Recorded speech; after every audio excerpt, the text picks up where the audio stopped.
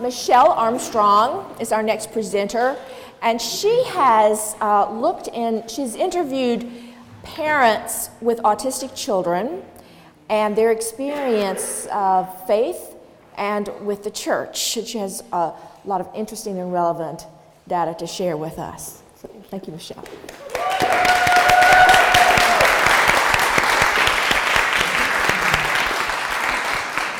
Good afternoon. Morning, I guess. You know where I want to be. Did you know that the National Autistic Society first used the puzzle piece logo in 1963? They explained the puzzle piece is so effective because it tells us something about autism. Our children are handicapped by a puzzling condition.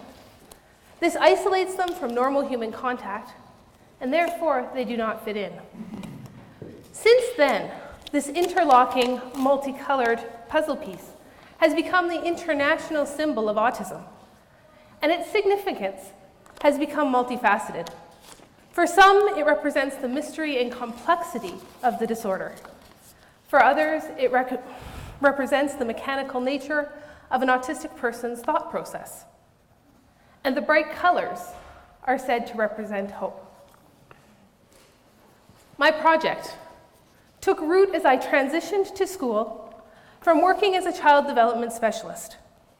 In my previous life, I had the privilege of working with families as they struggled with what does it mean to have a child with autism.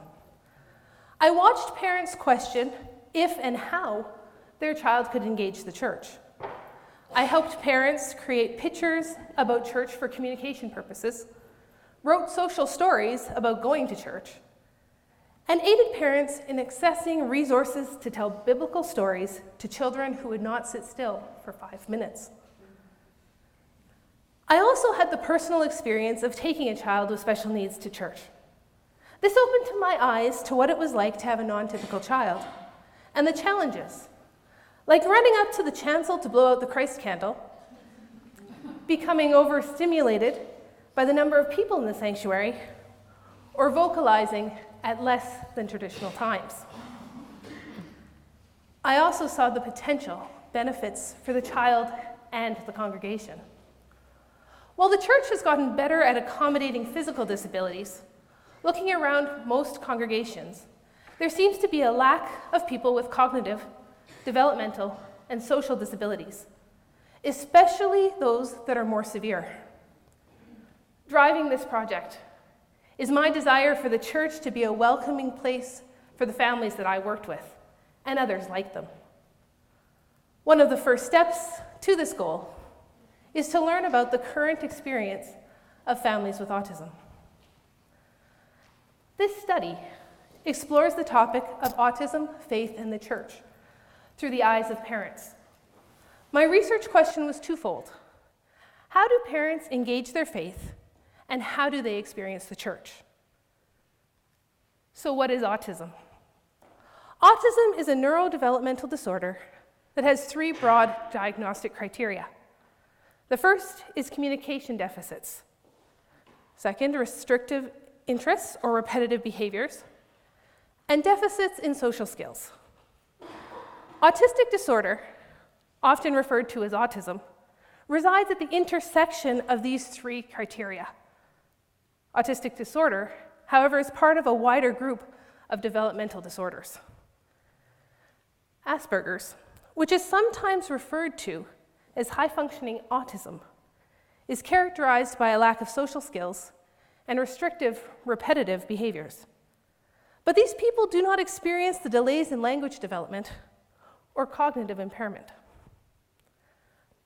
Pervasive developmental disorder, not otherwise specified, covers people who have similar symptoms to autism and Asperger's, but fail to reach the diagnostic criteria for these or other pervasive developmental disorders. Research suggests that these disorders are not so much distinct as a continuum, and as such, with the release of the DSM-5, the subtypes will be collapsed into one diagnosis of autism spectrum disorder. Collectively, autism spectrum disorders affect 1 in 88 children in the US. Of the families I interviewed, 7 of the children were diagnosed with autistic disorder, 3 with Asperger's, and none with PDD-NOS. Most of the participants in my study expressed frustration at the lack of knowledge about autism and how people stereotyped their children. One parent said, "I don't talk much about my child's diagnosis most of the time because it requires too much explanation. You don't just say in the middle of having coffee with someone, 'Oh, my child has Asperger's.'" Another reported, When you say you have a child on the spectrum, people immediately picture Rain Man, or they picture someone with really severe disabilities. and with passion, another commented about how basic knowledge of the spectrum is not enough. It's such a broad spectrum, so get to know people by learning about some of the challenges they experience with their children. So let's get to know about my participants. Each participant has been given a pseudonym, and based on their description, placed their child on the spectrum. 3 participants in the study were diagnosed with Asperger's, or their children were diagnosed with Asperger's. When asked about how this manifests for her child, Joan responded, "Do you know the Big Bang Theory? I live with Sheldon Cooper." Of the 7 families whose children had autistic disorder, 3 families indicated that their children had mild impairment. Kevin described his daughter this way: "She usually won't interact with others. When we are having a conversation with her, it's her conversation. She directs it." 2 families fell in the moderate range of impairment. Lisa describes her son this way: "Some delays are more than others. He has cognitive delays, fine motor skill delays, and I think a little ADHD. Behavioral, a little bit of everything." 2 families self-described themselves as having children who were severely affected. The most affected child in the study was Beth's son. Describing his condition, she says, "Gross motor skill-wise, he's good. Fine motor skills, he doesn't like it, but he can do them. But language, poor, very minimal. He uses pecs and gesturing. He can write some things, but his behavioral self-stimulation and self-abuse is very challenging. It is why he ended up in care 4 years ago." One of the challenges about talking about autism is that each individual is affected differently. Using a phenomenological method, parents were asked open-ended questions about their experiences of having a child with autism. Interviews were analyzed to find the essence of parental experience. Parents were asked questions related to how they experienced their faith, what practices they were involved in, how they engaged the church, and what they would like the church to know about raising a child with autism. It is important to know that all of the participants are actively connected with the congregation. Theologically, this project is grounded in the understanding of the church as a location where God's hospitality is experienced, where radical love is offered to all people. One parent articulated this theological grounding beautifully. The role that Christ played and the message that Christ had was so inclusive. It is one of the many things that I like most about Christian doctrine and Christian belief and my denomination's belief. The acceptance that Jesus had, whether it was a tax collector or a prostitute, it was the outcast of society who he really accepted and said, "No, these people belong to God." Not that my son is an outcast in any way now, but for many years, kids like him were, especially kids with more severe cases of disability. They were the outcasts in society, the lowest people, and I think that the first shall be last and the last shall be first, and those are the people that God would uphold most. Writing in the area of disability theology, theologian Thomas Reynolds challenges the church to see the inclusion and integration of people with disabilities as not optional, but a requirement. He proposes that to be faithful to Christ, we need to move beyond surface welcome to a place of true integration. What he calls deep engagement, where people with disabilities are viewed as normal and a vital part of the body of Christ. Within this model, there is a move toward engagement of all people's gifts. And in the church, all people are equal, mutually giving and receiving. This study speaks to the church about its ecclesiology. What does it mean to be the body of Christ? And how do we go about being the body of Christ with autism as a welcome part? It asks, what do we need to follow Jesus' radical love of welcome in relationship to those who are dealing with autism? How do we live as community? So how did parents of children with autism engage their faith? Parents engage their faith in creating meaning around their lives and those of their children. This theme surfaced in both direct and indirect ways. As parents sought meaning, they brought to bear their theological understandings. When Sarah was asked about her faith questions that she had as a result of having a child with autism, she responded, When you have a child, I think we had to reconcile what he may or may not do in life, but I don't have questions about my faith. You know, did God make a mistake? Did God make a mistake when he made my son? No. Is God punishing us? No. Is this a result of sin? No. You sort of say, well, I guess God entrusted him with us, and we need to make everything and do everything we can to load him up for success. This doesn't mean we get it right all the time, that's for sure. But I didn't question my faith, and God didn't screw up. Several participants identified the scripture of Jesus welcoming children as being one of the scriptures that brings them strength. For Mary, this means, I believe the image of Jesus with the little children. I've always liked that one. It's just, his acceptance of children and their innocence and their diversity. Parents used the faith as a lens to help them understand their child as a blessed child of God. The participants in this study, all in one way or another, spoke of God's preference for those on the margins. And through evoking these images of God's acceptance, they were aided in accepting their child as he or she was and is. Trust and reliance on God became an important way that parents engaged their faith. Stephen explains, Having a child with autism, it sort of nudged me more in the direction of handing it all over to God.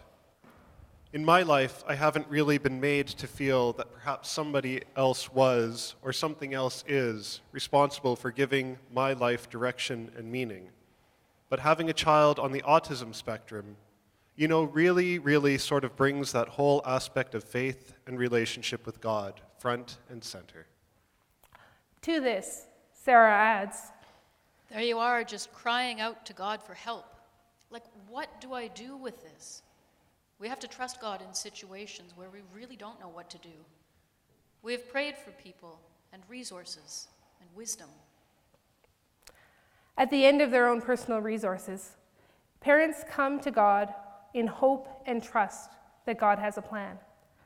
When resource people come into their lives, they are quickly named as blessings. Facing the lifelong nature of autism, parents turn to God in trust that they are not alone and sought God for support and strength. As part of this study, parents were asked to rate on a scale of 1 to 5 how important common spiritual practices and resources were to their personal faith. As you can see, worship was rated as the most important practice. Steve talked about his commitment to worship, saying, Worship is one of the few times in the week where I can really focus on my relationship with God. Sunday is one of the few times when we are sort of free from all the other distractions of life to invest in that relationship. So it's very important to me. In fact, there are a lot of things that I will miss or, pass on in the course of my week. Worship is one of the things I really make an effort to get to. When asked about how frequently they attended worship, all but 2 of the participants reported that they attended worship almost weekly. Second in importance for parents was listening to Christian music. For some parents, this was described as listening to hymns or choral music. For others, Christian contemporary music and newer worship music. Music, for some, was a way that they could connect with their child. For others, they took strength from the uplifting lyrics and message that they were not alone, God was near. The third most important practice identified was prayer. Parents reported sometimes these prayers were just talking to God. Others reported a more formal prayer practice. Within prayer, there was petitions for resources, wisdom, and strength, along with the well-being of their child. When exploring how parents experience the church, three major themes arose. First is the church as alternative space. Anne reported, Sometimes sitting in church, because I'm more inner-focused, I find myself close to tears, and it is not anything to do with what's going on around me, but it's a safe space to be and a place where you can be emotional. So I think that's been helpful. Pam adds, Just being in the church, the physical structure, gives me a calming effect. It helps me think through things. It stabilizes me. for my participants, the church building and the worship service specifically constituted a safe space for them to engage their inner life. Several participants commented how this kind of mental and physical space were not common in the lives that they lived, which involved getting children to special programs, advocacy work, and the demands of any typical family. The alternative space of the church provided and allowed for deeper reflection and a break from their daily demands. Across all my interviews, the most frequent words used were inclusion, welcome, belonging, and acceptance. Stephen reflected that the church stands apart from other communities which he has engaged with his daughter. You know, the church is one of the communities where I feel welcome with my daughter. On Sundays, when I attend on my own, the people in the area that I generally sit in ask about my daughter. They're interested in her. It's very welcoming, you know. Parents such as Sarah spoke about how little gestures could make a big impact. My son is on a dairy-free diet, and when they served ice cream and make your own sundaes for the kids, they had dairy-free ice cream for my son. So that was very kind, right? Because otherwise all these kids are having ice cream and he would have felt left out. Parents shared stories of how ministry staff influenced their feelings of belonging by taking an interest in their child and engaging their child's interests. Joan recounted, The church didn't have a bell that you pulled. It had some kind of mechanized recordings or something. So when my son was quite little, he liked to hear the bells. Our minister would see him racing out the door, and I said, "Oh, he's just going to hear the bells." So our minister showed him how to work the mechanism, and he said, "We're the only two at church who know how to work this." So there would be my son on Sunday morning, starting the bells, then rushing outside to hear them. That was the one thing. Our minister just talked to him, took the time. Welcoming gestures and signs of hospitality such as these allowed the church to live out God's love for these parents, those who faced misunderstanding and rejection in the wider society. The church's welcome and acceptance, in turn, supported the parents' understandings of their child as an important child of God. The third theme to emerge was that as church as challenge. Speaking of her experience in worship with her son, Mary said, It's almost like a suspenseful movie because you never know what is going to happen. You're not sure if he's going to sit or if he's going to lay down under the benches or go to Sunday school kicking and screaming. You never know. He could do anything. This unpredictability in their child's behavior led parents to be distracted when worshiping. They reported that their attention was divided. So often, they did not fully engage with the service. Parents frequently spoke about leaving the sanctuary when their child had had enough and was getting disruptive. About half of the parents in this study reported being actively involved in the Sunday school program to facilitate their child's experience. In many cases, this means trying to work with their child to engage in a typical Sunday school program. While parents are often very willing to take on this role, when they do, they not only miss the opportunities to attend worship, but also may experience increased behaviors as their child negotiates the demands of Sunday school classroom. One parent talking of this stress, said that it was just not worth it. Parents also face the reality that not all congregations or all members of a congregation would be accepting and welcoming to their family. Several participants reported experiences that challenged their sense of being able to be engaged in the congregation. When my son was 5, he'd never been in a Christmas pageant before, and he really wanted to. And my thought was, oh, he can be a shepherd. So we went up to the first practice, up to the church at Sunday school, and I was sitting there, and all of a sudden I saw the woman who was in charge take him and pull him out and say he couldn't be in it. I was dumbfounded. And I said, well, of course he can be in it. She said, no, he can't. He can't stand still. So I took his hand and walked to the back of the church, and there was another Sunday school teacher standing there, and I was crying, and I said, I've worked too hard with my son. We won't be back. Parents who engage the church experience challenges related to their children's disability, the inability to conform to normal standards of behavior, and the needs to adapt participation. Parents are often left to make judgment calls about what they deem to be appropriate levels of disruption for the congregation, and how best to include their child. Negative attitudes towards disability still exist within the church and can lead to rejection and isolation. However, despite these challenges, the parents in my study continue to seek out and have a deep desire to be involved in the life of the church. So what does this all mean for the church today? As vision holders, the ministers have an important role in creating an environment of inclusion for families. Clergy should develop a basic understanding of autism and a willingness to develop those skills and knowledge further. Each child with autism and their family is unique, and this is part of the reason why reaching out to parents for one-on-one conversations is important. Don't assume that parents will come to you and let you know what's going on, especially around the time of diagnosis. A diagnosis of autism for many parents is a life-changing event, one with long-term implications.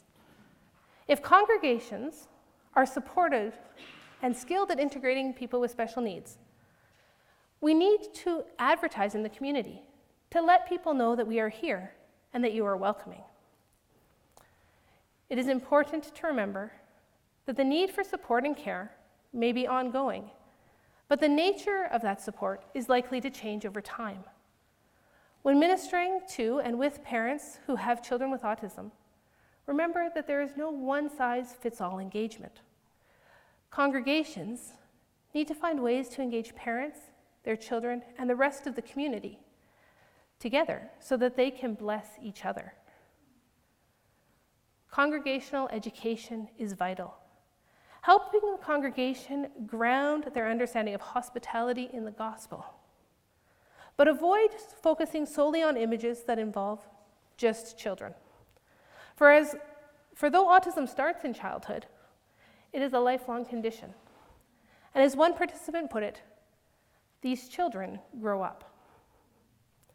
Through education, congregation members can develop a deeper understanding and acceptance of diversity, encouraging people to learn how to engage people with disabilities can go a long way in facilitating a welcoming environment. Autism Sunday may provide an opportunity to start or deepen this conversation. Given that parents identified worship as the most important practice for their faith, providing resources and support to enable participants to fully participate becomes important. This may involve having a special needs classroom, an aid to engage in regular classroom, or an alternative space. For those who struggle to engage or have severe disabilities that impair that, providing respite care for the hour of worship may be a solution. Listening to parents and their suggestions is only the first step.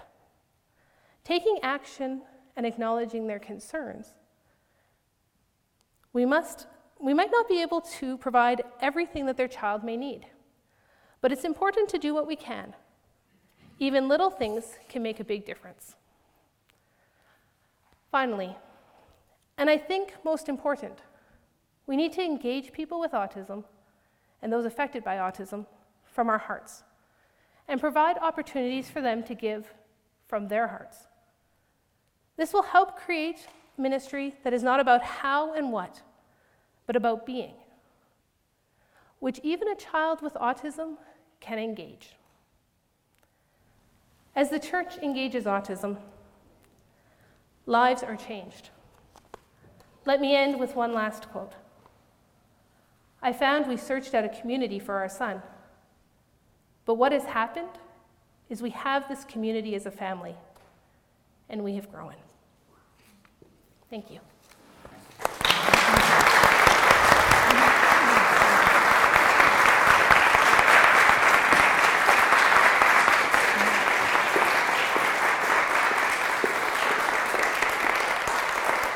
Thank you, Michelle.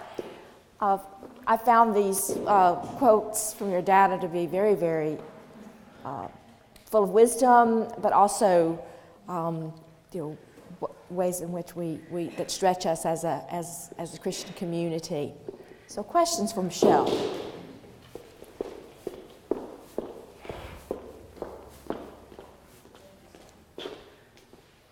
Michelle, I find the label autism spectrum disorder disturbing, the word disorder, because language has power and it impacts the way that we think. So I'm just wondering if you have a comment on that, or if anything in your discussions might have touched on how people feel about a label like that? It's used primarily because that is how it is laid out in the DSM, Diagnostic Statistic Manual. And that's required for parents to be able to engage and get funding and support for their child. Personally, labels can be really disruptive and also can create barriers to that engagement, creating an us and them. Collapsing and getting rid of those might be a solution, but we'd have to develop also then another way about how do we talk about what this is. One parent talked about how they sought out a diagnosis because they needed it to be labeled. They needed to engage so that they could get support in the school system. Don't know if did that touch on your? Yeah, I have one back here.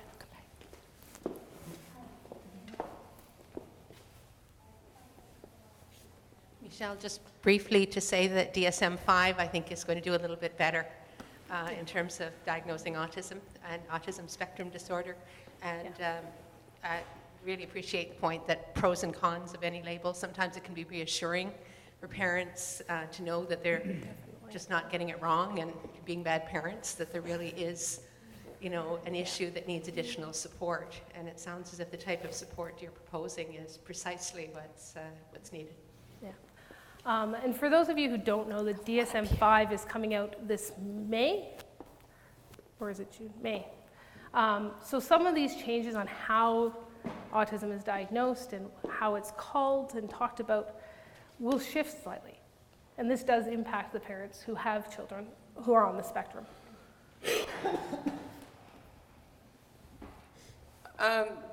Just a comment more than a question, but I think a lot of what you say can be applied to all children. I mean, children can be disruptive in church regardless of any disorder. They can just do that. And, it's how the church and the congregation and the minister responds to that. Yeah. And that ties in a lot with what Thomas Reynolds is saying since the publication of his book, Vulnerable Communion, that we really need to get beyond the idea of hospitality and just meet each other one-on-one where we are and engage each other as people. Back here. I'm one of the participants. So I want to speak to what Michelle said about the importance of the diagnosis and kind of put that against the fact of what you just said. If we just meet each other as people, we all have our different ways of perceiving the world and how we interact with the world. And ideally, we recognize that autistic people have a different way of seeing things, and we can learn from that. If anybody's read, goodness, her name's going to escape me. Temple Grandin, is it? Yeah. And there's a movie. And there's a movie, and it's just amazing the things that she can do because of the way her brain works. And so my child, I can see that can be amazing for her too. But we have a society that works in a particular way, and schools are, I don't know, I could go on about this for a long time, so I'll try to get out of that.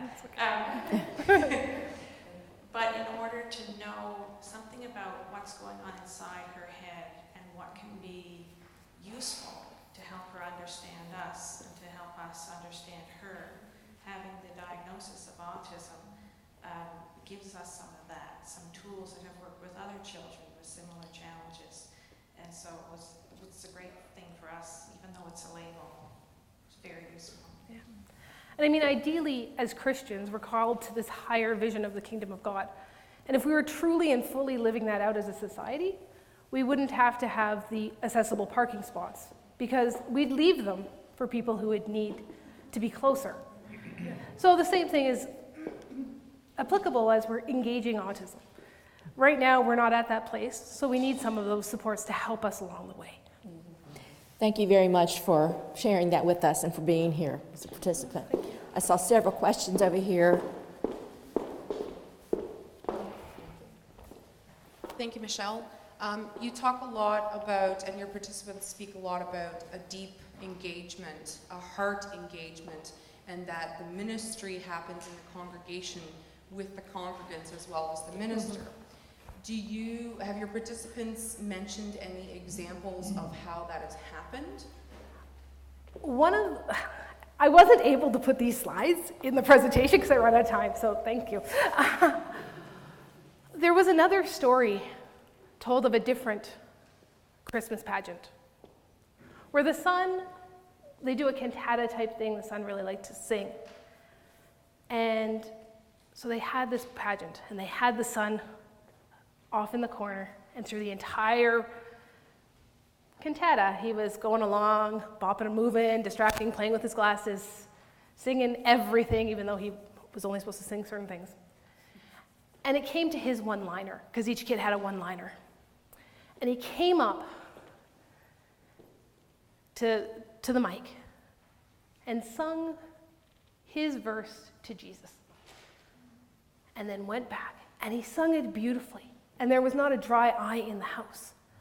And the parent was sitting in the congregation going, "Oh my God, my child is all over the place. What's going on?" After that worship service, somebody from the congregation came up and said, "You don't know me from Adam, but man, your child knows how to worship and has taught me how to worship." So that's an example of that deep engagement that can happen when we're open and allow ministry to flow back and forth. You pass that back. I appreciated the presentation, Michelle. I wondered, as far as those leading liturgy, is there a willingness to go with the unpredictability? I had an example of that at the last church I was at. We had a young fellow who was autistic, very, very good actor though. And we put him in the role of Jesus, like the Last Supper. He was caught by some form of the Spirit and began not to serve the 12 disciples, the entire congregation. And yet, there was a sense that the moment had taken over the whole place. Yeah, and that's... And I thought, how often do we let the unpredictability take place, or do we back away from it? I don't know what your experience was. That is another example of that total engagement with the Spirit. That story went from being about here to about being about us. Of the ministers families that I interviewed, they were engaged in congregations where that would be okay. One participant commented about how in the tradition she grew up with, her child wouldn't have been able to engage in the same way because they were supposed to sit, be quiet, not disrupt. But she was now in a congregation where it was okay for children to be making noise, and there were children moving about. Another participant talked about how their child would come up front when their minister was talking, and it would just be okay. So it does have some to do with leadership also being aware that there is the potential for amazing blessing when we don't try to control everything and let the Spirit move. I just have a question. Oh, I'm using the wrong mic. Sorry. What can we do about parents with autistic children who stay away from the church for that reason? How can we let the world know that the church is a good place for families with autism? Within my study, parents kind of talked about that. They talked about how, one parent in particular, how they wouldn't necessarily come to things because they didn't know if their child was able to come. So part of it is having people in the congregation inviting and experiencing, or inviting and encouraging people to come and saying, you know, it's okay. The flip side of that is we need to make sure that our congregations are ready to actually be welcoming places. So some of that education work needs to be in place to make it the most smooth transition possible. My study limitation is that all of the participants were involved in congregations currently. And while there were some people who had experienced negative experiences, either those were resolved by clergy stepping in and talking about how it's just one person, or they've moved congregations. Trying to cast the net wide when I was trying to get participants made it so that I struggled to get participants for a really long time and ended up having to turn to church circles to get people. So that population but it's just something didn't for have us a voice to in this think, study. think further about. Yeah. It's one of the, how to engage that population who walked away. I'm not sure because I tried and failed. Well, there are no easy answers, but it's part of the ongoing work that we have. The other thing is the study also only looks at one aspect of autism in the church. So I talked with parents. There's also the experience of children. Some of the older parents who had older children talked about, well, you should really talk to my child. And unfortunately, given the time constraints and the ethical hoops for a 6-month presentation project, that's not doable. But there's also the experience of clergy and what their experience and understandings are, and the experience of the congregation in general. So these are all future potential research opportunities. Yes. And if you decide to take them up, I can help you with how to get resources and who to contact to get your information disseminated. Very good. Very good. Yeah, Ruby. Michelle, I just want to make a comment rather than a question. When you were talking about the things the church could do, you know, about building a special room or doing this or doing that, I was just thinking about our previous presentation on there's no money, so we have to go part-time. Where does she think we're going to get the money to do all this? But I used to be part of a parish that was next door to a group home for these children after they'd grown up. And when the building was first bought and they started attending church, the congregation was very fearful. Really, like, who are these people and why are they yelling out in the middle of a service or even standing up and walking up to the minister and showing them a ring or something? And it was education. We couldn't build the halls and do all the things that you mentioned, but we could educate. And then once that happened, these people became part of the family.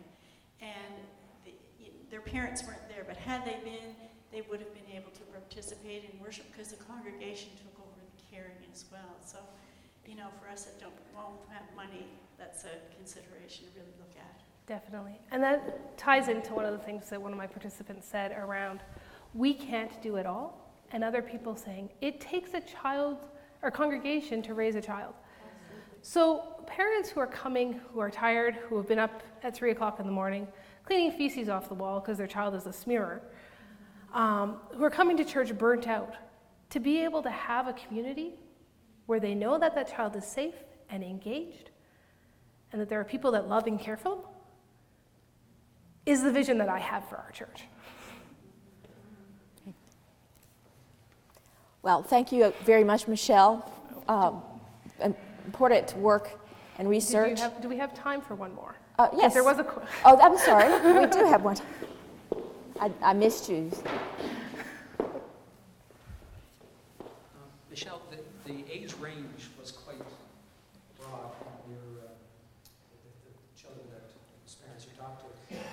There's been an enormous change in the understanding of autism in the last 20 years. I mean, right from the point of you're a bad parent, and that's why this child is the way he or she is, to this understanding, and it continues to evolve, as you said, that the latest edition of DSM will include yet further changes.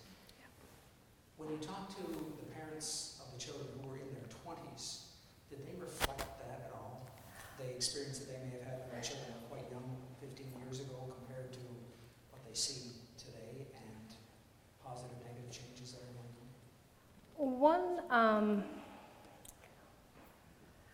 I asked them more to reflect on what their experiences were when their child was younger and now.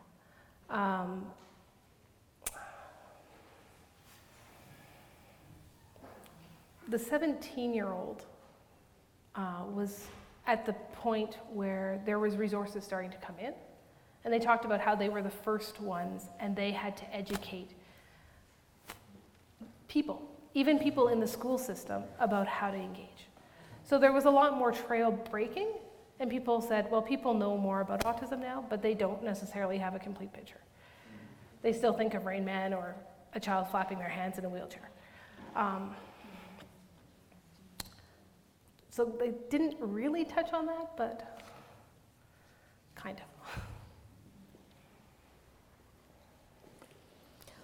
All right.